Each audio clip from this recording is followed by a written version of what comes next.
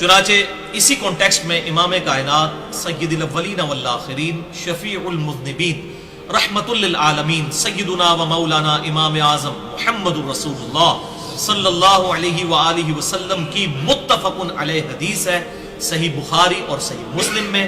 صحیح بخاری میں international number کے مطابق 3207، صحیح مسلم میں 416، اور راوی ہیں انس ابن مالک رضی اللہ تعالی عنہ.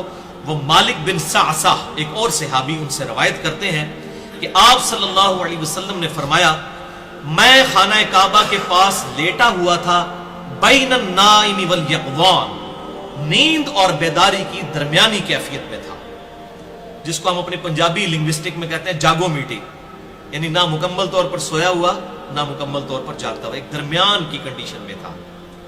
اتنے میں میں نے سنا دو بندوں کو جو فرشتے تھے انسانی شکل میں آئے. بخاری میں 349 اور صحیح مسلم میں 415 ہے کہ ان میں سے ایک جبرائیل علیہ السلام بھی تھے. وہ کہنے لگے ہم دونوں کے درمیان یہ تیسرے ہیں، یعنی محمد صلی اللہ علیہ وسلم. پھر صحیح مسلم 416 نمبر حدیث کے الفاظ ہیں فَأُوتِيتُ فَانْطُلِقَ بِي، پھر وہ میرے پاس آئے اور مجھے اپنے ساتھ لے گئے. اب ظاہر ہے کہ یہ فزیکل ساتھ لے کے جانا ہے، ورنہ تو آپ فرماتے صلی اللہ علیہ وسلم کہ میرا پھر آگے سے خواب شروع ہو گیا. فرمایا مجھے ساتھ لے گئے. اچھا وہی حدیث بخاری اور مسلم کی پھر آگے چلتی ہے. فرشتے مجھ کو لے گئے، پھر میرے پاس ایک سونے کا تشت لایا گیا جس میں زمزم کا پانی تھا. بخاری 349، مسلم 416. جبرائیل علیہ السلام نے میرا سینہ چاک کیا، پھر اسے آب زمزم سے دھویا، پھر سونے کا تشت لائے جو حکمت اور ایمان سے بھرا ہوا تھا، اسے میرے سینے میں ڈال دیا اور پھر میرے سینے کو جوڑ دیا. اب آپ اندازہ کریں کہ وہ تشت ایمان و حکمت کا آیا، سونے کا. ایمان و حکمت بھرے گئے آپ صلی اللہ علیہ وسلم کے سینہ مبارک میں، اور جو آپ صلی اللہ علیہ وسلم کا دل مبارک دھویا گیا سونے کے تشت میں، پانی جو ہے وہ جنت سے نہیں آیا، وہ زمزم ہی تھا. اس سے آپ اندازہ لگائیں اس زمزم کی فضیلت کا. زمزم سے دھویا گیا، یہ بڑی امپورٹنٹ بات ہے، پوائنٹ ٹو بی نوٹ. تو یہ واقعہ ہے جسے ہم شق الصدر کا واقعہ کہتے ہیں، آپ صلی اللہ علیہ وسلم کے سینہ مبارک کے چاک ہونے کا واقعہ. اور یہ واقعات آپ صلی اللہ علیہ وسلم کے ساتھ نمبر آف ٹائمز ہوئے. بعض کہتے ہیں 3 دفعہ، بعض کہتے ہیں 4 دفعہ. بہرحال مجھے جو صحیح الاسناد احادیث میں 2 واقعات تو بالکل پیٹ ملے ہیں. ایک تو یہ شب معراج والا، اور ایک آپ صلی اللہ علیہ وسلم کے ساتھ بچپن میں بھی یہ واقعہ ہوا 8 سے 10 سال کی عمر میں، جب آپ صلی اللہ علیہ وسلم تربیت کے لیے سیدہ حلیمہ سعدیہ رضی اللہ تعالی عنہا کے پاس تھے. صرف دودھ پینے کے لیے نہیں، بلکہ اس وقت رواج تھا کہ شستہ عربی سیکھنے کے لیے بچوں کو بچپن کے 10-12 سال جو ہے وہ قبائلی علاقوں میں بھیجا جاتا تھا تاکہ وہاں سے شستہ عربی ایٹیکیٹ سیکھ کر آئیں. تو آپ صلی اللہ علیہ وسلم کو بھی وہاں پر بھیجا گیا بچپن میں. 8 سے 10 سال کی عمر تھی. اور یہ واقعہ ہے صحیح مسلم 413 نمبر حدیث انٹرنیشنل نمبر کے مطابق کہ آپ صلی اللہ علیہ وسلم کے ساتھ آپ کے بہن بھائی بھی تھے دودھ کے رشتے سے. سیدہ حلیمہ سعدیہ کے جو اولاد تھی انہوں نے دیکھا کہ کوئی شخص آیا، اس نے آپ صلی اللہ علیہ وسلم کو زمین پر لٹایا، آپ کا سینہ چاک کیا، دل مبارک باہر نکالا اور اس کے ساتھ خون کا ایک لوتھڑا تھا جسے ریموو کر دیا، اور پھر کہا کہ یہ دنیا کا حصہ تھا جو اس دل میں موجود تھا وہ نکال دیا، جو ہمیں اپنی جبلت میں ہر ایک انسان کو ملے گا. شیطان بھی اٹیچ ہے اور ایک فرشتہ بھی اٹیچ ہے، جو صحیح مسلم میں آتا ہے کہ ہر انسان کے ساتھ ایک شیطان اور ایک فرشتہ ہے. اور نبی صلی اللہ علیہ وسلم نے فرمایا اللہ تعالیٰ نے مجھے غلبہ دیا ہے، میرے ساتھ جو شیطان بھی اٹیچ تھا وہ بھی مجھے نیکی کی طرف ہی دعوت دیتا ہے. تو آپ صلی اللہ علیہ وسلم کے سینہ مبارک سے وہ فزیکل ریموومنٹ بھی کر دی گئی اس حوالے سے. اور پھر اس میں بھی الفاظ ہے کہ زمزم سے دھویا سیدنا جبرائیل علیہ السلام نے آپ صلی اللہ علیہ وسلم کے دل مبارک کو. اور یہ ایکسپیرینس تقریباً 10 سے 12 سال کی عمر میں آپ صلی اللہ علیہ وسلم کے ساتھ یہ ایکسپیرینس ہوا. صحیح مسلم 413 نمبر حدیث. اسی حدیث میں الفاظ ہے کہ وہ جو بہن بھائی ساتھ کھیل رہے تھے انہوں نے تو شور مچا دیا. سیدہ حلیمہ کے پاس آئے اور کہا کہ ہمارے بھائی محمد صلی اللہ علیہ وسلم کو کوئی قتل کر گیا. ظاہر ہے جی اتنا بڑا ایکسپیرینس، سینہ چاک، دل نکال لیا، تو قتل کرنے کی مترادف ہے، پیچھے کیا بچ جاتا ہے. اور یہ دیکھیں یہ معجزہ تھا، اور آپ صلی اللہ علیہ وسلم خود بھی اس کو روایت کر رہے ہیں. یہ آپ صلی اللہ علیہ وسلم نے حضرت انس بن مالک کو بتائیں یہ ساری باتیں کہ یہ معاملہ میرے شب معراج بھی ہوا اور بچپن میں بھی ہوا. تو ہم میں سے کسی کا دل باہر اس طرح نکال لیا جائے تو کوئی ہوش نہیں رہتی. تو یہ معجزانہ طور پر سارے معاملات ہوئے. آپ صلی اللہ علیہ وسلم خود اس کے راوی ہیں. تو اسی حدیث میں الفاظ ہیں کہ سیدہ حلیمہ سعدیہ دوڑتی ہوئی آئیں، نبی صلی اللہ علیہ وسلم کا چہرہ مبارک فک ہو چکا تھا، اور حضرت انس ابن مالک کہتے ہیں کہ میں نے اپنی آنکھوں سے، صحیح مسلم 413 نمبر حدیث، آپ صلی اللہ علیہ وسلم کے سینہ مبارک پر، پورے سینہ مبارک پہ سلائی کے نشان بھی دیکھے ہیں، جس سے جبریل نے وہ سینہ سیا تھا۔ تو سلائی کے نشان اسی وقت ہوں گے جب فزیکلی اس کو ریموو کیا جائے۔ یہ کوئی روحانی آپریشن نہیں تھا جو ادھر اکثر لوگ کہتے ہیں جنات روحانی آپریشن کر، میں ان کو پھر پھکی دیتا ہوں کہ جنات نے کبھی ختنہ تو نہیں کیا، کیونکہ ختنہ سامنے نظر آ جاتا ہے نا، روحانی آپریشن تو کیسے نظر آئے؟ ختنہ کوئی کر کے دسے نا، پھر اسی مننا کہ ہاں جی جنات کر گئے نے ختنہ، یہ کوئی بزرگ کر گئے روحانی آپریشن۔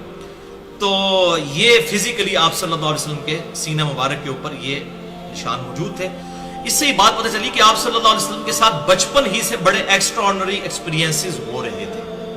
ایک وہ ابو طالب کا جو واقعہ ملتا ہے کہ وہ تجارت کے سفر کے دوران، وہ تو صحیح سند سے ثابت نہیں ہے، لیکن ایک اور واقعہ ملتا ہے صحیح مسلم میں انٹرنیشنل نمبر کے مطابق 5939 کہ آپ صلی اللہ علیہ وسلم فرماتے ہیں کہ میں اس پتھر کو آج بھی پہچانتا ہوں جو میری بعثت سے پہلے بھی مجھے سلام کیا کرتا تھا۔ اب اندازہ کریں آپ، ایک شخص جو نبی ابھی بن کر مبعوث نہیں ہوا اور اس کے ساتھ فزیکلی ایک پتھر کلام کر رہا ہے، تو بہت ایکسٹراڈنری ایک جو ہے وہ ایکسپیرینس ہے۔ تو آپ صلی اللہ علیہ وسلم کو بچپن ہی سے اس قسم کے ایکسپیرینسز کا سامنا کرنا پڑ رہا تھا، کیونکہ بچپن ہی سے نبی جو ہے وہ اللہ کی حفاظت میں ہوتا ہے، اور پیغمبر جو ہے وہ بچپن سے ہی پیغمبر ہوتا ہے۔ یہ بھی بات یاد رکھیے گا، مبعوث بے شک بعد میں ہو، لیکن وہ اللہ تعالیٰ کی خاص حفاظت کے اندر ہوتا ہے جو پیغمبر ہے بچپن سے۔ اچھا، اب اسی طرف واپس آئیں، صحیح مسلم 411 نمبر حدیث، وہی واقعہ معراج۔ پھر میرے سامنے ایک براق لایا گیا، اور وہ ایک ایسا جانور تھا جو سفید رنگ کا تھا، گدھے سے اونچا اور خچر سے چھوٹا، اور اس کی رفتار کا یہ حال تھا کہ اس کا سم وہاں پڑتا تھا جہاں اس کی نگاہ، یعنی اتنا تیز تھا کہ جہاں نگاہ، حد نگاہ پہ اس کا پہلا قدم جا کے پڑتا تھا، اتنی سپیڈ والا تھا۔ وہ تو آج سائنس ہمیں بتا رہی ہے نا، روشنی کی رفتار جو ہے وہ کتنی ہے؟ 3 لاکھ کلومیٹر ایک سیکنڈ میں، 1,86,000 میل فی سیکنڈ۔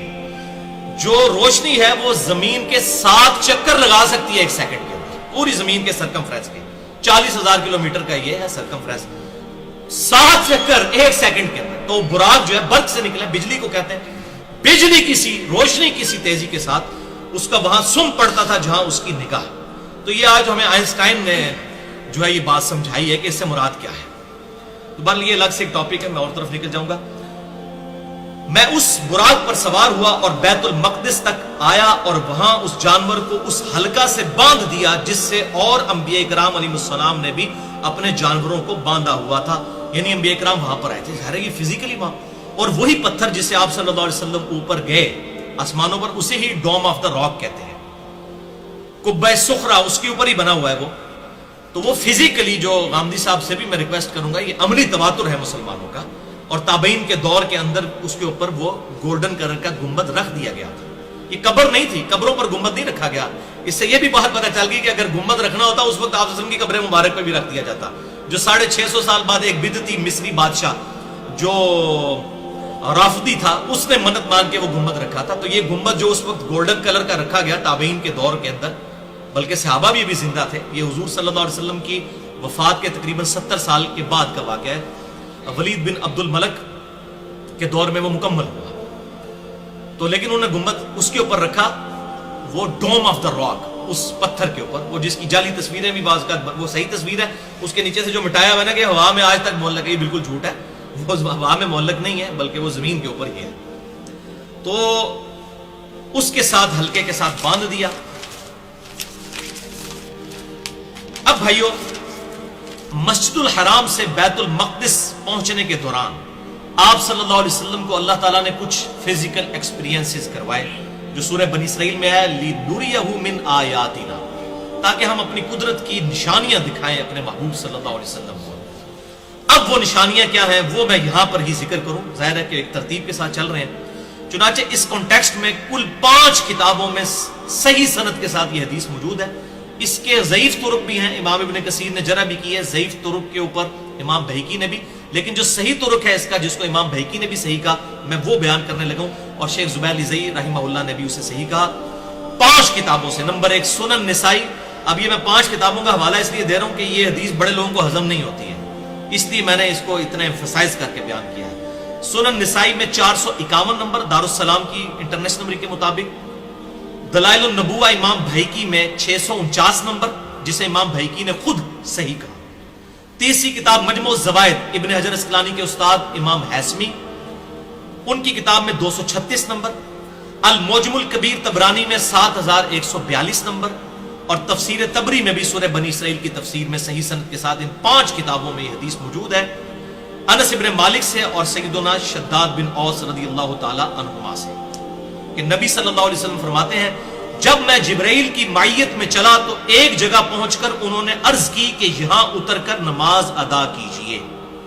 جب میں نماز پڑھ چکا تو جبرائیل نے عرض کی کیا آپ صلی اللہ علیہ وسلم جانتے ہیں یہ کون سی جگہ ہے؟ پھر ساتھ ہی جبرائیل نے کہا اے اللہ کے محبوب صلی اللہ علیہ وسلم یہ طیبہ ہے، یعنی مدینہ شریف، جو آپ کی ہجرت گاہ بنے گی۔ اس سے یہ بات پتہ چلی کہ یہ واقعہ معراج ہجرت سے پہلے ہوا ہے، بنے گی۔ پھر آگے چل کر ایک اور جگہ پر جبرائیل نے مجھے نماز پڑھائی اور عرض کیا یہ طور سینہ ہے جہاں اللہ تعالیٰ نے موسیٰ علیہ السلام سے کلام فرمایا تھا۔ پھر آگے چل کر ایک اور جگہ نماز پڑھوائی اور عرض کیا یہ بیت اللحم ہے جو کہ سیدنا عیسیٰ علیہ السلام کی پیدائش کی جگہ ہے۔ پھر میں بیت المقدس پہنچا، وہاں تمام انبیاء کرام علیہ السلام جمع تھے، جبرائیل علیہ السلام نے مجھے ان کا امام بنایا تو میں نے نماز میں ان کی امامت فرمائی۔ الحمدللہ، اسی وجہ سے ہم آپ صلی اللہ علیہ وسلم کو امام الانبیاء بھی کہتے ہیں صلی اللہ علیہ وسلم۔ سبحان ربک رب العزت عما یصفون وسلام علی المرسلین والحمدللہ رب العالمین۔ اور یہ انبیاء کرام کی جو امامت فرمائی اور سارے نبی جمع کیوں ہوئے، اس کی حکمت کیا ہے وہ بھی آج میں انشاءاللہ ٹروتھ ریویل کروں گا کہ یہ سارے نبیوں کو جمع کرنے کا مقصد کیا تھا، وہ ٹروتھ بھی انشاءاللہ آگے چل کے میں ریویل کر دوں گا۔ صحیح مسلم 430 نمبر حدیث کے الفاظ ہیں میں نے بیت المقدس میں اپنے آپ کو پایا، انبیاء کرام علیہ السلام کی ایک جماعت میں موسیٰ علیہ السلام کو دیکھا، وہ کھڑے نماز پڑھ رہے تھے، وہ گندمی رنگ کے ایک مضبوط اور قوی آدمی تھے، اور عیسیٰ علیہ السلام کو بھی بیت المقدس میں نماز پڑھتے ہوئے پایا، وہ عربہ بن مسعود کے ہم شکل تھے، عبداللہ ابن مسعود کے بھائی کے۔ اور صحیح مسلم 418، 426 اور 427 نمبر حدیث ہے کہ عیسیٰ علیہ السلام گندمی شکل کے لمبے بالوں والے، گھنگریالے بالوں والے، اور ان کے بال کندھوں تک تھے، یعنی یہاں تک، یہ آخری حد ہے، اس سے نیچے آپ نہیں بال کر سکتے، عورتوں کی مشابہت ہو جائے گی، عورتیں اس سے اوپر نہیں کر سکتی، مرد اس سے نیچے نہیں کر سکتے، اور ان کے سر سے پانی ٹپک رہا تھا، تو مجھے بتایا گیا یہ عیسیٰ ابن مریم ہے۔ اور پھر میں نے کعبے کے پاس ایک اور شخص کو دیکھا، گھنگریالے بال، دائیں آنکھ سے کانا، اور ایک آنکھ انگور کی طرح پھولی ہوئی تھی، اور مجھے بتایا گیا یہ دجال ہے۔ تو دجال کو بھی واقعہ معراج کے دوران آپ صلی اللہ علیہ وسلم کو دکھایا گیا۔ اور صحیح مسلم 430 نمبر حدیث میں مزید الفاظ ہیں کہ میں نے پھر حضرت ابراہیم علیہ السلام کو بھی دیکھا، وہ بھی بیت المقدس میں کھڑے نماز پڑھ رہے تھے، اور ان کے سب سے زیادہ ہم شکل تمہارے صاحب ہیں، یعنی نبی صلی اللہ علیہ وسلم، اور میں سب سے زیادہ میں ابراہیم کا ہم شکل ہوں، یعنی میں محمد رسول اللہ صلی اللہ علیہ وسلم۔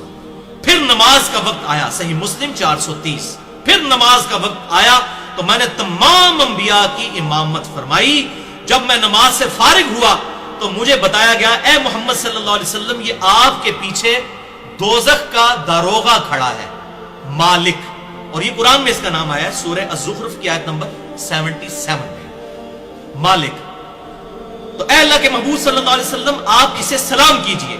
آپ فرماتے ہیں جیسے ہی میں اس کی طرف متوجہ ہوا تو اس نے میرے سلام کرنے سے پہلے ہی مجھے السلام علیکم کہہ دیا، تو میں نے پھر اس کے سلام کا جواب دیا۔ اس نے آپ صلی اللہ علیہ وسلم کو پروٹوکول دیا، خود سلام عرض کر دیا آپ کی بارگاہ میں۔ الحمدللہ۔ السلام علیکم ایھا النبی ورحمۃ اللہ وبرکاتہ۔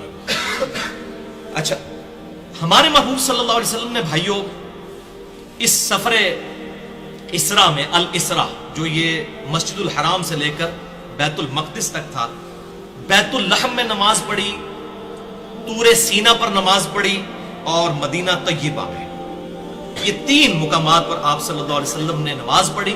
اور اسی دوران ایک اور ایکسپیرینس بھی ہوا جو صحیح مسلم میں 2 طرق ہیں، انٹرنیشنل نمبر کے مطابق 6157 اور 6158۔ آپ صلی اللہ علیہ وسلم فرماتے ہیں کہ میں نے مسجد الحرام سے بیت المقدس جاتے ہوئے سرخ ٹیلے کے پاس موسیٰ علیہ السلام کو اپنی قبر میں نماز پڑھتے ہوئے دیکھا، وَهُوَ قَائِمٌ يُصَلِّي فِي قَبْرِهِ، وہ اپنی قبر میں کھڑے ہوئے تھے اور نماز پڑھ رہے تھے۔ اب یہ بھائیوں بڑی اہم ترین گفتگو ہے، خصوصاً آج کل کے دور کے اعتبار سے ایک کریٹیکل ڈسکشن ہے جو میں کرنا چاہ رہا ہوں یہاں پر، بڑی اہم ڈسکشن ہے۔ وہ یہ بھائیوں کہ بیت المقدس میں انبیاء کرام علیہ السلام کا جمع ہونا یہ خالصتاً معجزہ ہے۔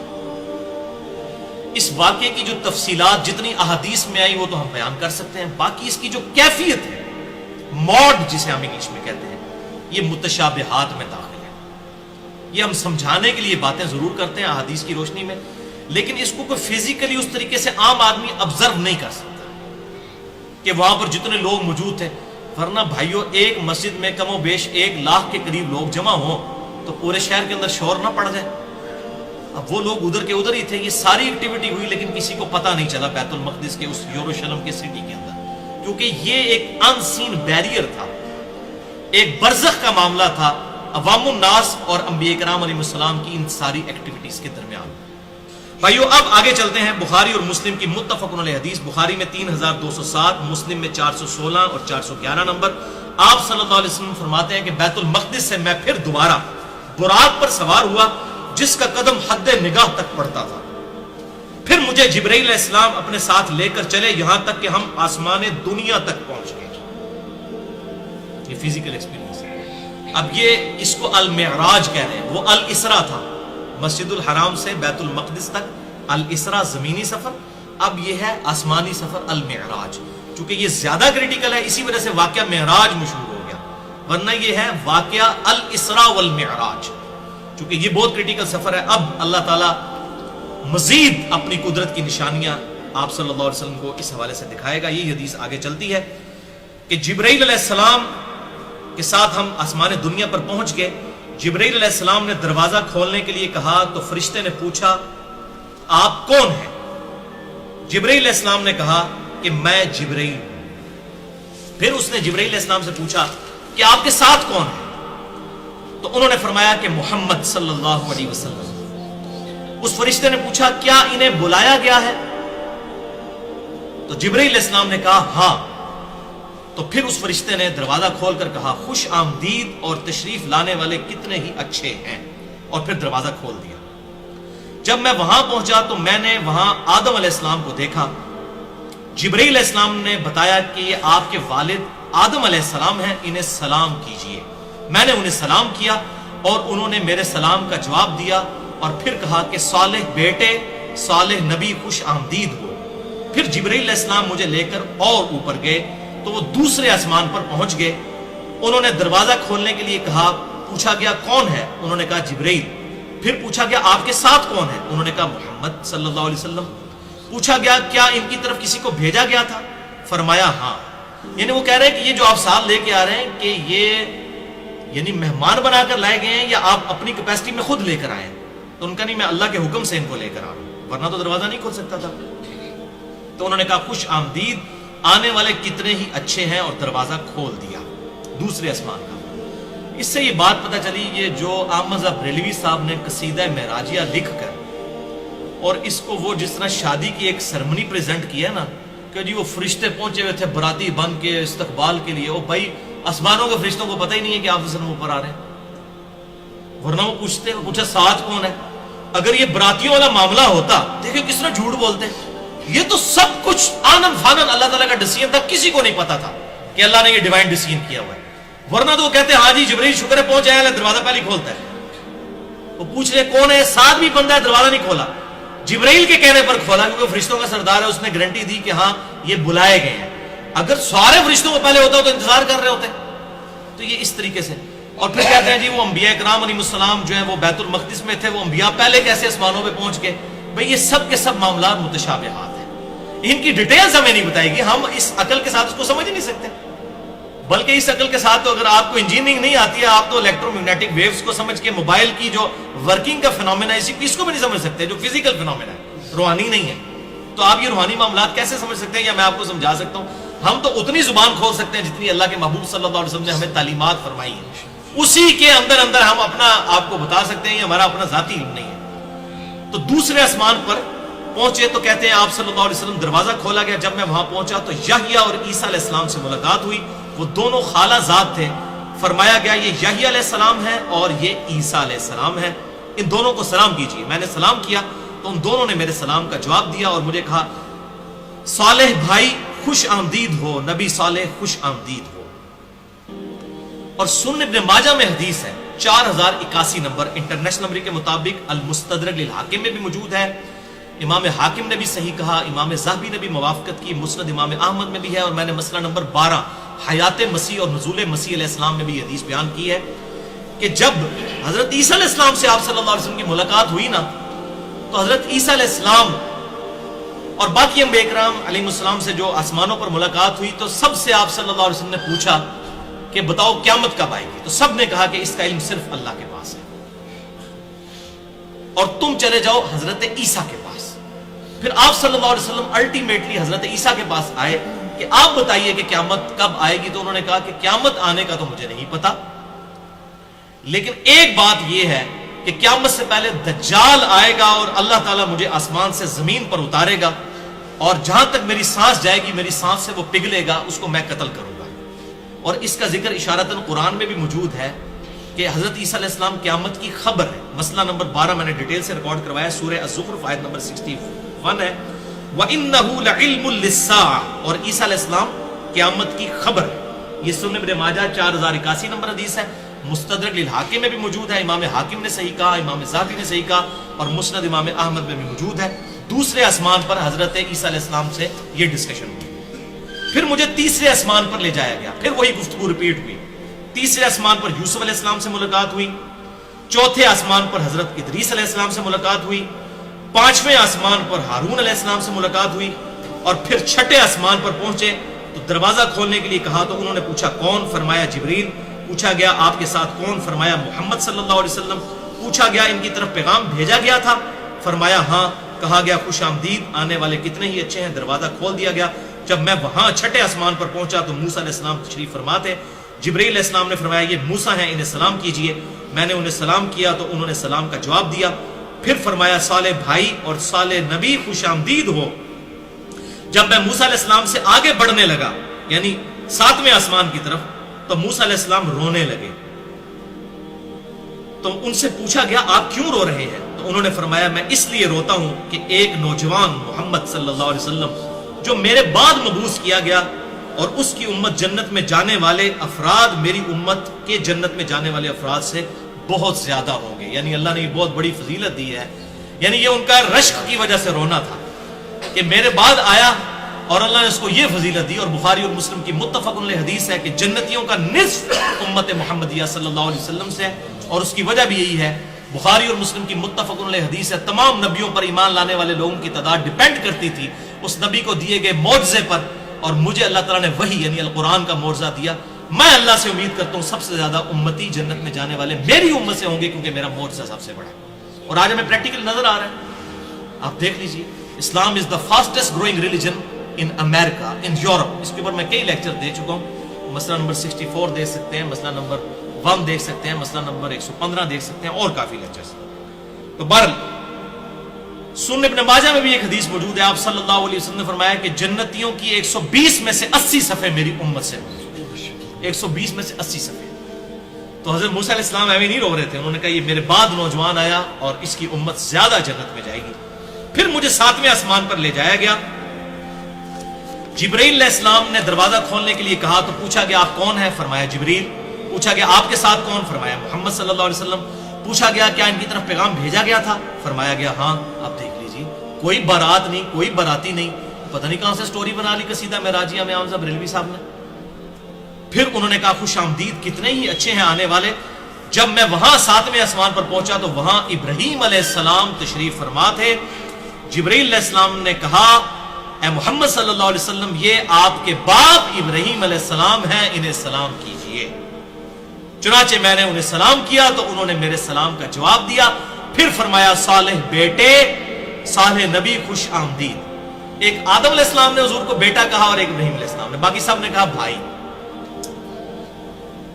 اس حوالے سے ایک حدیث بھی ہے صحیح سند کے ساتھ، مجموع الزوائد میں انٹرنیشنل نمبر کے مطابق 16898، مسند احمد میں بھی موجود ہے، جلد 5 صفحہ 418 پر 23598 نمبر، کہ ابراہیم علیہ السلام نے حضور صلی اللہ علیہ وسلم کو ایک نصیحت کی کہ اپنی امت تک میرا پیغام پہنچائیے گا، آپ تک بھی وہ پہنچ جائے۔ اپنی امت سے کہیے گا کہ جنت کی سرزمین خوب زرخیز ہے، لہذا وہاں کاشتکاری کرو، اس کی مٹی بڑی عمدہ ہے، بڑا پھل دینے والی ہے، اور یہاں پر کاشتکاری کرو، اور وہ وظیفہ ہے لا حول ولا قوت الا باللہ، یہ جتنی بار پڑھو گے وہاں پر جنت میں درخت لگیں گے۔ ایک ویسے روایت سبحان اللہ الحمدللہ کے لیے بھی ہے، وہ ضعیف ہے، یہ صحیح سند کے ساتھ ہے، لا حول ولا قوت الا باللہ۔ پھر مجھے سدرۃ المنتہا تک لے جایا گیا، اس کے میوے، یعنی وہ سدرۃ المنتہا ایک سمجھ لیں بیری کی ٹائپ کا ایک درخت ہے، ہجر کے مٹکوں کی مانند تھے، اس کے پتے ہاتھی کے کانوں کی طرح تھے۔ جبرائیل نے بتایا یہ سدرۃ المنتہا ہے، سدرۃ المنتہا یعنی یہ حد ہے، اس سے آگے کوئی چیز نہیں جا سکتی۔ وہاں 4 نہریں تھیں، 2 باطنی اور 2 ظاہری تھی۔ میں نے کہا جبرائیل یہ 2 چیزیں کیا ہیں؟ تو انہوں نے بتایا یہ 2 باطنی نہریں ہیں اور 2 نہریں جنت میں بہتی ہیں، اور 2 ظاہری نہریں ہیں جو دنیا کے اندر نیل اور فرات کے نام سے۔ ظاہر ان کا کوئی روحانی ریلیشن شپ اللہ تعالیٰ کے ساتھ ہے، ظاہر اللہ کے خزانوں میں سے ہی یہ سارے معاملات چل رہے ہیں، اس کی ڈیٹیل میں ہم نہیں جا سکتے۔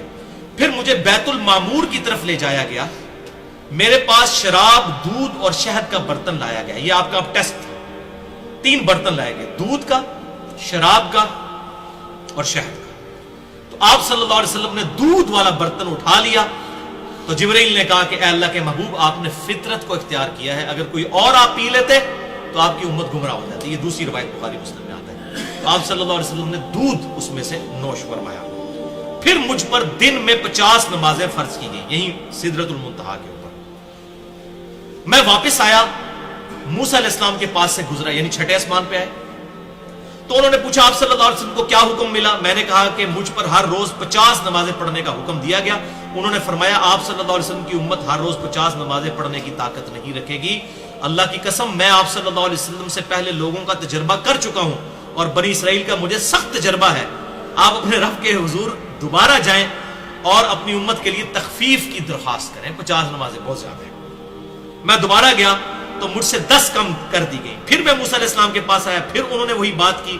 پھر میں خدا کے پاس گیا، یعنی وہ جہاں پر سدرۃ المنتہا پر جہاں پر اللہ تعالیٰ اپنی شان کے لائق وہی فرما رہا تھا، 10 نمازوں کی تخفیف کر دی گئی۔ میں موسیٰ علیہ السلام کے پاس واپس آیا، پھر انہوں نے وہی بات کی۔ پھر میں اللہ کے حضور حاضر ہوا، پھر 10 نمازیں کم کر دی گئیں۔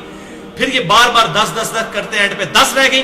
پھر موسیٰ علیہ السلام کے پاس آیا تو انہوں نے کہا ایک بار اور جائیے، تو وہ نمازیں 5 کر دی گئی۔ میں موسیٰ علیہ السلام کے پاس آیا تو انہوں نے پوچھا آپ کو کیا حکم دیا گیا؟ انہوں نے کہا 5 ہر روز پڑھنے کا حکم دیا گیا ہے۔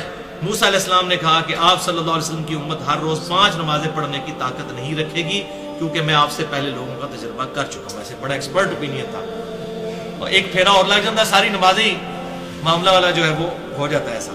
تو انہوں نے کہا کہ یہ 5 بھی نہیں پڑے گی، مجھے سخت تجربہ ہے بنی اسرائیل کا، آپ اپنے رب کے پاس پھر جائیں اور اپنی امت کے لیے تخفیف کی درخواست کریں۔ آپ صلی اللہ علیہ وسلم نے فرمایا کہ میں اپنے رب سے اتنی دفعہ تخفیف لے چکا ہوں کہ اب مجھے سوال کرتے ہوئے حیا آتی ہے، لیکن امت بے شرم ہے، 5 نہیں پڑھتی۔ نبی کو حیا آئی ہے لیکن امت کو حیا نہیں ہے۔ اب میں راضی ہوں، سر تسلیم خم کرتا ہوں۔ فرمایا جب میں وہاں سے چلا تو آواز دینے والے نے آواز دی، میں نے 5 نمازوں کا فریضہ جاری کر دیا اور اپنے بندوں پر تخفیف فرما دی۔ جبکہ صحیح مسلم میں آگے الفاظ ہیں 411 نمبر، یہی اسی حدیث کے کانٹیکسٹ میں، کہ 7ویں آسمان پر ابراہیم علیہ السلام سے ملاقات ہوئی تو آپ بیت المعمور سے ٹیک لگائے ہوئے تھے۔ خانہ کعبہ شریف کے ایگزیکٹ اوپر 7ویں آسمان پہ ایک اور بیت اللہ ہے جسے بیت المعمور کہتے ہیں، وہ فرشتوں کے طواف کی جگہ ہے۔ تو حضرت ابراہیم علیہ السلام اس سے ٹیک لگائے ہوئے تھے، وہاں ہر روز 70,000 فرشتے داخل ہوتے ہیں اور دوبارہ ان کی باری نہیں آتی، اتنے فرشتے ہیں۔ ایک بار جس کو طواف کا موقع ملے دوبارہ اس کی باری نہیں آئے گی قیامت تک بیت المعمور کا طواف کرنے کی۔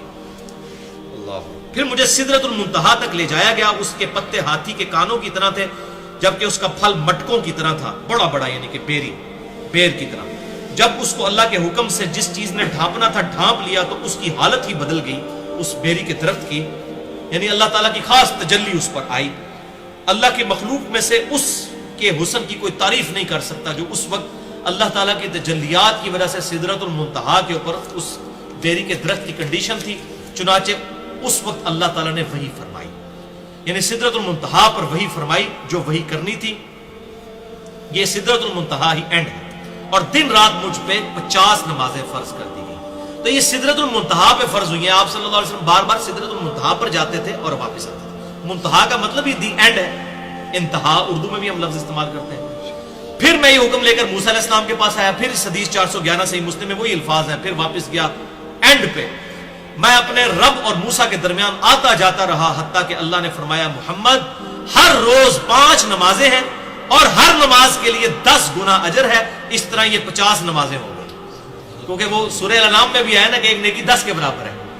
اور دوسرے الفاظ بخاری مسلم میں آتے ہیں کہ ہمارا حکم بھی نہیں بدلا، ہم نے 50 کی 50 ہی رہنے دی ہے، 5 کر کے بھی اس کو 10 سے ملٹیپلائی کر دیا، حتیٰ کہ اللہ تعالیٰ نے فرمایا کہ محمد صلی اللہ علیہ وسلم ہر روز یہ 5 نمازیں ہیں اور ہر نماز کے لیے 10 گنا اجر ہے، اس طرح یہ 50 نمازیں ہوئیں۔ جو شخص کسی نیکی کا ارادہ کرے اور اس نیکی کو نہ کر سکے تو میں اس کے لیے ایک نیکی پھر بھی لکھ دوں گا، اور اگر وہ نیکی کو کر لے تو 10 نیکیاں لکھوں گا، اور جو شخص برائی کا ارادہ کرتا ہے لیکن وہ اسے نہیں کرتا تو میں اس کے لیے کچھ بھی نہیں لکھتا، اگر اس کا ارتکاب کرے گا تو صرف ایک ہی برائی لکھی جاتی ہے۔ آپ صلی اللہ علیہ وسلم فرماتے ہیں میں نیچے آیا حتیٰ کہ موسیٰ علیہ السلام کے پاس آ کر میں نے انہیں بتایا، لیکن انہوں نے پھر بھی یہی فرمایا کہ اپنے رب کے پاس جائیں اور اسے تخفیف کی درخواست کریں، یعنی 5 بھی گھٹاؤ۔ تو رسول اللہ صلی اللہ علیہ وسلم نے فرمایا میں نے کہا کہ میں اتنی بار اپنے رب کے پاس گیا کہ لہٰذا اب مجھے جانے سے حیا آتی ہے، کاش امت بھی حیا کرے اور نمازوں میں استقامت جو ہے وہ اختیار کرے، آمین۔ اچھا، بخاری اور مسلم کی ایک اور طرق میں جو حضرت ابو ذر غفاری رضی اللہ تعالیٰ عنہ سے ہے، بخاری میں 349، مسلم میں 415، اس میں الفاظ ہیں کہ جب آسمان دنیا پر دروازہ کھولا گیا، آسمان دنیا کا پہلا جہاں پہ آدم علیہ السلام سے ملاقات ہوئی، تو ایک شخص جس کے دائیں اور بائیں جانب کچھ لوگ تھے وہ میں نے دیکھا، جب وہ اپنے دائیں طرف دیکھتا تھا تو مسکرا دیتا تھا اور جب بائیں طرف دیکھتا تھا تو رونا شروع کر دیتا تھا۔ اور اس شخص نے کہا خوش آمدید نبی صالح اور بیٹے صالح۔ میں نے جبریل سے پوچھا یہ کون ہے؟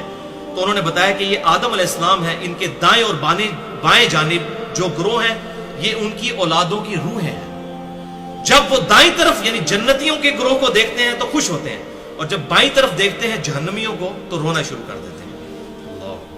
اللہم اجرنا من النار، اللہم اجرنا من النار، اللہم اجرنا من النار، اللہم من احییتہ منا فاحیہ علی الاسلام ومن توفیتہ منا فتوفہ علی الایمان۔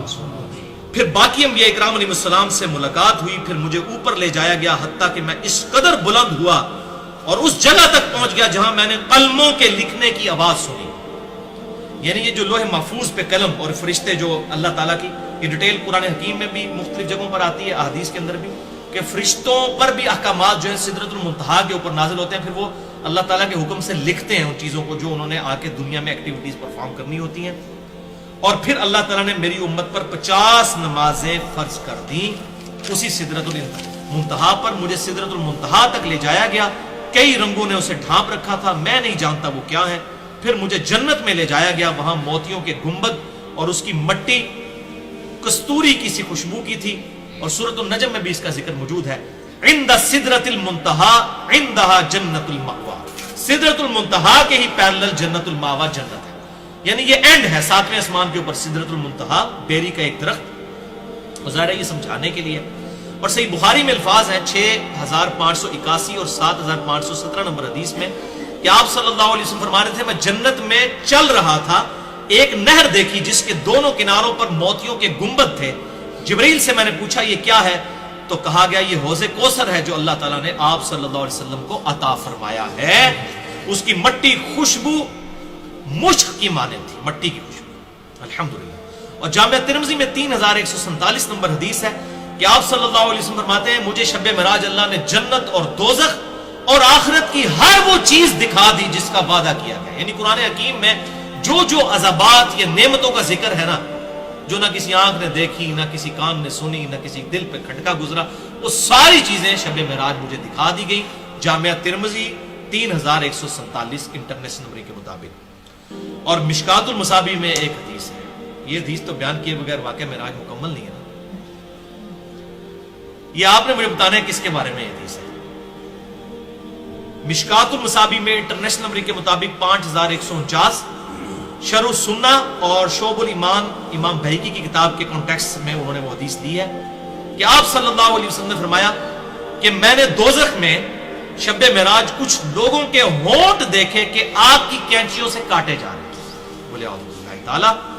مجھے بتایا گیا یہ آپ کی امت کے خطبا ہے, تقریریں کرنے والے, یعنی آپ دوسرے معنوں میں جو میں کہتا ہوں علماء کرائم, علماء سو. ایک ہے علماء کرام عزت والے علماء, ایک ہے علماء کرائم, کرائم انگلش والا, مجرم علماء. ان کے ہونٹ کاٹے جا رہے ہیں اور 7 الفاظ بڑے خطرناک ہیں, اور اس میں الفاظ ہیں جبرائیل علیہ السلام نے عرض کی کہ یہ لوگوں کو تو نیکی کا حکم دیتے تھے اور خود عمل نہ کرتے تھے, کتاب اللہ پڑھتے تھے مگر کتاب اللہ پر عمل نہ کرتے تھے. سب سے پہلے مولوی نے پکڑا جانا ہے. یہ دیکھ لیں, یہ جو منظر ہے نا دوزخ کا منظر بھی جو آپ صلی اللہ علیہ وسلم کو دکھایا گیا تو وہاں بھی مولوی نظر آئے ہیں. علماء سو, علماء حقہ کی بات نہیں ہو رہی ہے, علماء حقہ کی بات نہیں ہو رہی ہے, بلکہ پنجابی والے علماء جو اسی کے قافیے پہ ان کی بات ہو رہی ہے. اچھا, سنن نبی داؤد میں ایک حدیث ہے 4878 غیبت والے چیپٹر میں, کتاب الادب چیپٹر کے اندر, کہ معراج میں میرا گزر ایسے لوگوں پر ہوا جن کے تانبے کے ناخن تھے جن سے وہ اپنے چہروں اور سینوں کو نوچ رہے تھے اور چھیل رہے تھے. میں نے پوچھا یہ لوگ کون ہیں, تو بتایا گیا یہ دنیا میں گوشت کھاتے تھے لوگوں کے اور ان کی عزت کے درپے رہتے تھے, یعنی تہمت لگانے والے اور غیبت کرنے والے. عزت کے درپے یہ ہے کہ خام خواہ تہمت لگانا, یعنی لوگ اس کو بڑا چھوٹا برا سمجھتے ہیں, کسی کے اوپر کو فتویٰ لگا دینا وہ سمجھتے ہیں خیر ہے. تو یہ بھی میرے خیال علماء کے بارے میں زیادہ تر ہوگا جن لوگوں نے جھوٹے الزامات جو ہے وہ اہل حق کے اوپر لگائے ہوئے ہیں. لہذا یہاں پر اب یہ دوزخ میں کیسے پہنچ گئے, علماء کو کیسے, بھی علماء تو دنیا میں موجود ہیں, ابھی تو جنت دوزخ کا فیصلہ ہونا ہے. آپ صلی اللہ علیہ وسلم کو پہلی دوزخ میں وہ دکھا دیے گئے. تو یہ بیسیکلی اینیمیشنز تھیں جو آپ صلی اللہ علیہ وسلم کو دکھائی گئی, جسے ہم کہتے ہیں اردو میں ممثل کر کے ٹائم میں سفر کر کے پہلے ہی آنے والا وقت دکھا دینا, یہ معجزہ تھا. لہذا اس کانٹیکسٹ میں غامدی صاحب کا موقف ٹھیک ہے کہ آپ صلی اللہ علیہ وسلم کو بعض ایسے مناظر دکھائے جاتے تھے جو اینیمیشنز ہوتے تھے, کیونکہ ابھی اسٹیبلش نہیں ہوئے وہ, لیکن وہ الگ سے ایک ٹاپک ہے. اس پہ اگر آپ کو شوق ہو تو میں آپ کو بتا دیتا ہوں, یہ ساری حدیثیں بخاری اور مسلم کے کتاب التعبیر اور کتاب الرقیہ چیپٹر میں مل جائیں گی. آپ صلی اللہ علیہ وسلم کو خوابوں میں, اور ظاہر نبی کا خواب وحی الہی ہوتا ہے, قرآن حکیم میں حضرت ابراہیم علیہ السلام کو خواب ہی دکھایا گیا تھا نا, بیٹے کو ذبح کرنے والا. اور بخاری اور مسلم کی حدیث ہے کہ انبیاء کی خبروں میں سے 46واں حصہ ہے یہ خواب نبوت کے حصے میں سے. تو بخاری اور مسلم میں یہ کئی احادیث ہیں. بخاری میں کتاب التعبیر چیپٹر ہے, مسلم میں کتاب الرقیہ ہے, اور یہ ساری کمبائنڈ فارم میں آپ کو مشکات المصابیح میں انٹرنیشنل نمبر کے مطابق 4606 سے لے کر 4627 تک 22 احادیث مل جائیں گی, جس میں آپ صلی اللہ علیہ وسلم کو جنت اور دوزخ کے مناظر خواب میں دکھائے گئے. وہ تمام اینیمیشنز اور وہ ساری چیزیں اللہ تعالیٰ نے ممثل کر کے فزیکلی دکھا دی تھی. الحمدللہ. صحیح مسلم میں ایک اور حدیث ہے 431 نمبر. عبداللہ ابن مسعود رضی اللہ تعالیٰ عنہ کہتے ہیں کہ جب رسول اللہ صلی اللہ علیہ وآلہ وسلم کو معراج کروائی گئی تو انہیں سدرۃ المنتہا تک لے جایا گیا, وہ 6 آسمان پر ہے. باقی ساری حدیثوں میں آیا کہ سدرۃ المنتہا 7ویں آسمان پہ ہے, اس میں آئے 6, تو اس کی پھر علماء نے تعویل یہ کی ہے, محدثین رحمہ اللہ نے, کہ یہ سدرۃ المنتہا کا درخت 6 آسمان سے شروع ہو کر 7ویں پر مکمل ہوتا ہے. کیونکہ آپ دیکھیں سدرۃ المنتہا میں آتا ہے, آپ نے فرمایا انہیں پتے دیکھے اور اس کے مٹکوں کی طرح کے فروٹ دیکھے. ظاہر ہے کہ وہ پتے اور فروٹ تو اوپر والے حصے میں ہوتے ہیں, تو جڑ اس کی 6 سے شروع ہو جاتی ہے. زمین سے اوپر جانے والی ہر چیز کی حد سدرۃ المنتہا ہے. اسی مقام سے احکامات لیے جاتے ہیں, فرشتوں کو بھی, جبرائیل کو بھی, اور نبی صلی اللہ علیہ وسلم پہ بھی نمازیں اسی مقام پر فرض ہوئی تھی سدرۃ المنتہا پر. اور اوپر سے جو حکم آتا ہے یہیں پر آ کر رکتا ہے اور یہیں سے احکام لیے جاتے ہیں. آپ صلی اللہ علیہ وسلم نے فرمایا جس چیز نے سدرہ کو ڈھانپنا تھا اس کو ڈھانپ رکھا تھا. ابن مسعود رضی اللہ تعالیٰ عنہ کا بیان ہے کہ اس سے مراد ہے, اور یہ آیت قرآن حکیم میں موجود ہے, وہ سونے کے پروانے اور پتنگے تھے جو کہ اس کے اوپر بیٹھے ہوئے تھے, یعنی سدرۃ المنتہا کے اس بیری کے درخت کے اوپر. رسول اللہ صلی اللہ علیہ وسلم کو سدرۃ المنتہا پر اللہ نے 3 چیزیں عطا فرمائیں. صحیح مسلم 431. یہ اب آپ سن لیجیے. نمبر 1 5 نمازیں عطا فرمائیں. نمبر 2 سورۃ البقرہ کی آخری 2 آیات. میں اکثر آپ کو کہتا ہوں, ہمارے بلو کارڈ پہ بھی لکھی ہوئی ہیں, آمن الرسول بما انزل الیہ من ربہ والمؤمنون کل آمن باللہ وملائکتہ وکتبہ ورسلہ لا نفرق بین احد من رسلہ. یہ آخر تک. صحیح بخاری اور صحیح مسلم کی متفقن علیہ حدیث ہے. بخاری میں 3886، مسلم میں 428. جابر بن عبداللہ رضی اللہ تعالیٰ عنہ کہتے ہیں کہ آپ صلی اللہ علیہ وسلم نے فرمایا جب قریش مکہ نے مجھے معراج کے حوالے سے جھٹلا دیا، بہت بڑا دعویٰ تھا، 40 دن کا سفر اس زمانے میں، زمینی سفر آج بھی 2000 کلومیٹر اور ایریل ڈسٹنس ہوائی سفر 1200 کلومیٹر. ایک بندہ کہ میں رات کے حصے میں وہاں بھی گیا، وہاں سے آسمانوں پہ واپس بھی آ گیا. تو قریش مکہ نے مجھے جھٹلایا تو میں حتیم کعبہ میں کھڑا ہو گیا، وہ جو سائیڈ پہ چھوٹی سی دیوار ہے. اللہ تعالیٰ نے میرے لیے بیت المقدس روشن کر دیا. کتنی دور؟ 2000 کلومیٹر زمینی سفر اور 1200 کلومیٹر ایریل ڈسٹنس. اتنی دور سے بیت المقدس ایسے سامنے لا کے رکھ دیا. اور قریش مکہ جو کچھ مجھ سے پوچھتے جاتے تھے میں علامات بیان کرتا جاتا تھا. الحمدللہ کتنا بڑا معجزہ تھا. اس سے علم غیب والا بھی عقیدہ کلیئر ہوا. اس میں نے مسئلہ نمبر 6A کے اندر بھی یہ حدیث بتائی تھی کہ آپ صلی اللہ علیہ وسلم کو اللہ تعالیٰ غیبی خبریں عطا فرماتا تھا. اب وہ دیکھیں کیسے اوٹ پٹانگ سوال شروع کر دیے. انہوں نے کہا اچھا جی تم کہتے ہو ہم راتوں رات وہاں گئے ہیں، اچھا یہ بھی پتا چل گیا کہ یہ کوئی خواب نہیں تھا، ورنہ خواب ہوتا تو وہ کبھی مطالبہ ہی نہ کرتے کہ آپ نے کیا کیا دیکھا وہاں پر. خواب میں تو بڑے بڑے لوگ ہو آتے ہیں. تو وہ کہہ رہے اچھا تم گئے ہو تو ذرا بتاؤ کہ وہاں بیت المقدس کی سیڑھیاں کتنی تھیں، کتنے دروازے تھے. آپ اندازہ کریں ایک بندہ اگر ایک رات کے لیے زندگی میں پہلی اور آخری دفعہ وہاں پر گیا ہے تو اس کو یہ آپ کی اکیڈمی کی جو سیڑھی ہیں میں کچھ 4 سال سے چڑھ رہا ہوں، آپ مجھے پوچھیں کتنی سیڑھی ہیں میں نہیں بتا سکتا، حالانکہ میں سینکڑوں دفعہ چڑھ چکا ہوں. آپ صلی اللہ علیہ وسلم ایک دفعہ گئے ہیں. اب جب یہ سوال کرنے شروع کیے تو ظاہر ہے آپ صلی اللہ علیہ وسلم کیسے اس نظر سے تو آپ نے وہ چیزیں یاد نہیں کی ہوئی تھی. تو بخاری اور مسلم کے الفاظ ہیں بیت المقدس میرے لیے روشن کر دیا گیا. وہ پوچھتے جاتے تھے میں دیکھ کے بتاتا جاتا تھا. الحمدللہ.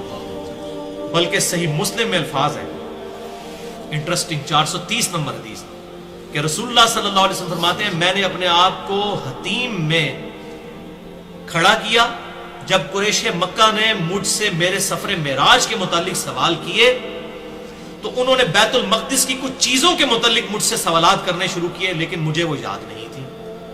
اب خواب ہوتی تو وہ کبھی نہ کہتے، فزیکل ایکسپیرینس تھا تبھی وہ ڈیمانڈ کر رہے تھے، ورنہ کہتے خواب ہے جی چھڈو پرے. اتنی جو ہلچل مچ گئی اور اتنے لوگ جمع ہو گئے ان کا جی اچھا جی تسی گئے ہو دسو تے کہ تک جے. اب کئی لوگ ایسے بھی تھے جو بیت المقدس جایا کرتے تھے یروشلم میں تجارت کے لیے، کیونکہ مکے کے لوگوں کا تو کاروبار ہی تجارت تھا، ان کو وہاں تو کوئی چیز نہیں اگتی تھی، وہ اپنی چیزیں ہی وہاں لے کے جایا کرتے تھے. اون وغیرہ یہاں سے لے جاتے تھے، وہاں سے باقی چیزیں لے آتے تھے، جو بارٹر سسٹم ہے چیز کے بدلے چیز. تو ان کا اچھا جی اب وہ خصوصاً جو اس قسم کے فنیر قسم کے لوگ ہوں گے جو زیادہ سفر میں کرنے ہوتے اگے کے ہوں گے آج دسوں کہ تک ہے تسی ہوتے. تو صحیح مسلم 430 نمبر حدیث کے الفاظ ہیں آپ صلی اللہ علیہ وسلم فرمایا میں اس قدر غمگین ہوا کہ اس طرح کا غم مجھے اس سے پہلے کبھی نہیں ہوا تھا. غم کیوں ہو گیا؟ کہ میں ایک سچا پیغمبر ہوں. اب یہ سوال اس طرح کے مجھ سے پوچھ رہے ہیں، اس نظر سے تو میرا وہ وزٹ ہی نہیں تھا. مجھ سے تو یہ پوچھو کہ میری انبیاء سے ملاقات ہوئی، جو میں نے ایکسپیرینس کیا. غمگین اس لیے ہو کہ اب یہ سوال کر رہے ہیں میں جواب کیسے دوں، اور جواب نہیں دیتا تو یہ جھٹلائیں گے. میں اس طرح غمگین ہوا کہ اس سے پہلے کبھی بھی غمگین نہیں ہوا تھا. چنانچہ اسی وقت اللہ نے میری نظروں کے سامنے بیت المقدس کو بلند کر دیا. میں اسے دیکھ رہا تھا 2000 کلومیٹر دور، اور وہ مجھ سے جس چیز کا سوال کرتے تھے میں انہیں بتا دیتا تھا. الحمدللہ. تو یہ آپ صلی اللہ علیہ وسلم کی اللہ تعالیٰ نے حفاظت فرمائی اور ان کے پھر منہ بند کر دیے. اور دوسری حدیث اس کے ضعیف طرق بھی ہے لیکن میں صحیح طرق بیان کر رہا ہوں. یہ وہی حدیث ہے جو میں نے بیت اللحم طور سینا اور مسجد جو مدینہ شریف میں آپ صلی اللہ علیہ وسلم کو نماز پڑھائی گئی تھی ہجرت سے پہلے سفر معراج کے دوران، وہی حدیث ہے. اس میں آگے الفاظ جو موجود ہیں. دلائل النبوہ امام بہیقی کی کتاب میں امام بہیقی نے خود صحیح کہا صحیح سند کے ساتھ 449 نمبر حدیث جلد 2 صفحہ 241 پر، اور معجم الکبیر طبرانی میں جز 7 282 نمبر صفحے پہ 7142 نمبر حدیث ہے. اور مجموع الزوائد میں امام حیثمی نے جو ابن حجر اسقلانی کے استاد ہیں حدیث نمبر 230 لی ہے جلد 1 صفحہ 85 پر کہ سیدنا ابو بکر صدیق رضی اللہ تعالیٰ عنہ نے عرض کی کہ اے اللہ کے محبوب صلی اللہ علیہ وسلم گزشتہ رات میں نے آپ کو بڑا تلاش کیا لیکن کہیں نہیں پایا، آپ رات کو کہاں تھے؟ تو آپ صلی اللہ علیہ وسلم فرمایا کہ میں رات کو بیت المقدس تھا. اللہ جو کہ 1 مہینے کی مسافت کا مزدور، 40 دن کی مسافت اس وقت، ابھی بھی کوئی کم نہیں ہے، 2000 کلومیٹر پیدل سفر ہے، گاڑی میں بھی کریں تو کتنا ٹائم لگے گا، ایریل ڈسٹنس بھی 1200 کلومیٹر ہے۔ سیدنا ابوبکر نے عرض کیا اللہ کے محبوب صلی اللہ علیہ وسلم کچھ نشانیاں بیان کیجئے بیت المقدس کو۔ یہ اس لیے نہیں تھا کہ کوئی شک تھا، اپنا ایمان تازہ کرنے کے لیے، جیسے سورۃ البقرہ میں آتا ہے کہ اللہ تعالیٰ سے ابراہیم علیہ السلام نے عرض کیا اللہ تو مردوں کو زندہ کرے گا، اللہ تعالیٰ نے کہا تیرا یقین نہیں ہے کیا؟ یقین ہے لیکن دل کے اطمینان کے لیے۔ پھر کہا 4 پرندے پالو۔ ابراہیم علیہ السلام کے تو ایمان پہ کوئی شک نہیں کر سکتا، انہوں نے بھی حق الیقین تک پہنچنے کے لیے وہ فزیکل ڈیمانسٹریشن دیکھی۔ یہاں پہ بھی حضرت ابوبکر صدیق نے اپنے ایمان کو حق الیقین تک پہنچانے کے لیے سوال کیا، معاذ اللہ کسی نیگیٹو انٹینشن سے سوال نہیں تھا۔ یا رسول اللہ نشانیاں بیان کیجیے، تو آپ صلی اللہ علیہ وسلم کے سامنے بیت المقدس کو کر دیا گیا۔ حضرت ابوبکر نے پوچھا، اللہ تعالیٰ نے سامنے کر دیا بیت المقدس، ہاں جی پوچھ کے کچھ پوچھے گا، سب کچھ دسیا جائے گا۔ تو آپ صلی اللہ علیہ وسلم نے تمام نشانیاں بیان کی تو ابوبکر نے تصدیق کی اور کہا آپ سچے ہیں، لیکن یا رسول اللہ صلی اللہ علیہ وسلم کفار قریش جو ہیں وہ اس پہ باتیں بنائیں گے، آپ ان کو کیسے قائل کریں گے؟ میں تو تصدیق کرتا ہوں ان سارے کافروں نے تو بیت المقدس دیکھا بھی نہیں ہوا، میں نے تو دیکھا ہے، آپ تو بالکل صحیح کہہ رہے ہیں، تو ان کو کیسے منوائیں؟ یہ دوسرے معنوں میں اب ان کو کیا علمی پھکی دی جائے کہ ان کا ہاضمہ درست ہو جائے؟ اب آپ صلی اللہ علیہ وسلم نے کیا ارشاد فرمایا؟ ماشاءاللہ آپ صلی اللہ علیہ وسلم نے فرمایا کہ ابو بکر جب یہ کافر تم سے پوچھے نا تو ان کو کہنا کہ تمہارا جو قافلہ ہے اس کو نبی صلی اللہ علیہ وسلم نے فلاں مقام پر راستے میں دیکھا تھا، یعنی قافلہ تجارت کے لیے گیا ہوا تھا اور وہ واپس آ رہا تھا، اور صرف دیکھا نہیں، آپ نے فرمایا کہ اس قافلے کا راستے میں ایک اونٹ بھی گم ہو گیا جو فلاں شخص نے ڈھونڈ کر لایا تھا، اس کا نام بھی بتا دیا، اور وہ قافلہ فلاں دن یہاں پہنچے گا۔ اب یہ ساری غیبی خبریں اللہ کے بتائے بغیر کوئی انسان نہیں بتا سکتا، اور یہاں پر بھی بات ختم نہیں، تمہارا وہ قافلہ فلاں دن یہاں پہنچے گا، اور جب وہ قافلہ یہاں پہنچے گا سب سے آگے وہ اونٹ ہوگا جس کی رنگ گندمی ہوگا اور اس کی پیٹھ پر 2 سیاہ بوریاں بھی لدی ہوئی ہوگی، یہ لیڈ کر رہا ہوگا اونٹ جو اس قافلے میں آگے ہوگا، اور فلاں دن کو پہنچے گا۔ چلو بندہ یہ کہہ سکتا ہے راستے میں تھا، نہیں، بالکل ٹائنیش ڈیٹیل تک۔ تو پھر اسی دن سب لوگ دوپہر کے وقت وہاں پر جمع ہوئے، اور پھر وہی کچھ ہوا جو آپ صلی اللہ علیہ وسلم نے فرمایا تھا، وہ قافلہ بھی آیا اور اس قافلے میں سب سے آگے وہ اونٹ تھا جس پر 2 سیاہ بوریاں لٹکی ہوئی تھی۔ الحمدللہ آپ صلی اللہ علیہ وسلم کو اللہ تعالیٰ نے یہ غیبی خبر دی، اور اس کے ذریعے آپ صلی اللہ علیہ وسلم کا یہ واقعہ معراج، الاسراء والمعراج کو کافروں کے سامنے الحمدللہ حجت بنایا گیا۔ دیدار الہی عز و جل کے حوالے سے بھی ڈسکشن باقی ہے، وہ انشاءاللہ اگلی دفعہ تقریباً 1.25 گھنٹے کے اندر ہم کور کر لیں گے۔ وہ بڑی کریٹیکل گفتگو ہے، اس لیے میں نے اس کو اس سے الگ کیا، ورنہ اس میں 1-1.25 گھنٹہ اور لگ جاتا۔ اللہ تعالیٰ سے دعا ہے جو حق بات میں نے کہی اللہ تعالیٰ ہمارے دلوں میں راسخ فرمائے، اگر جذبات میں میرے منہ سے کوئی غلط بات نکل گئی تو اللہ تعالیٰ ہمارے دلوں سے محو کر دے، ہمیں کتاب و سنت کی تعلیمات پر عمل کر کے دوسرے بھائیوں تک پہنچانے کی توفیق عطا فرمائے۔ سبحانک اللہم و بحمدک، اشہد ان لا الہ الا انت، استغفرک و اتوب الیک، وما علینا الا البلاغ المبین۔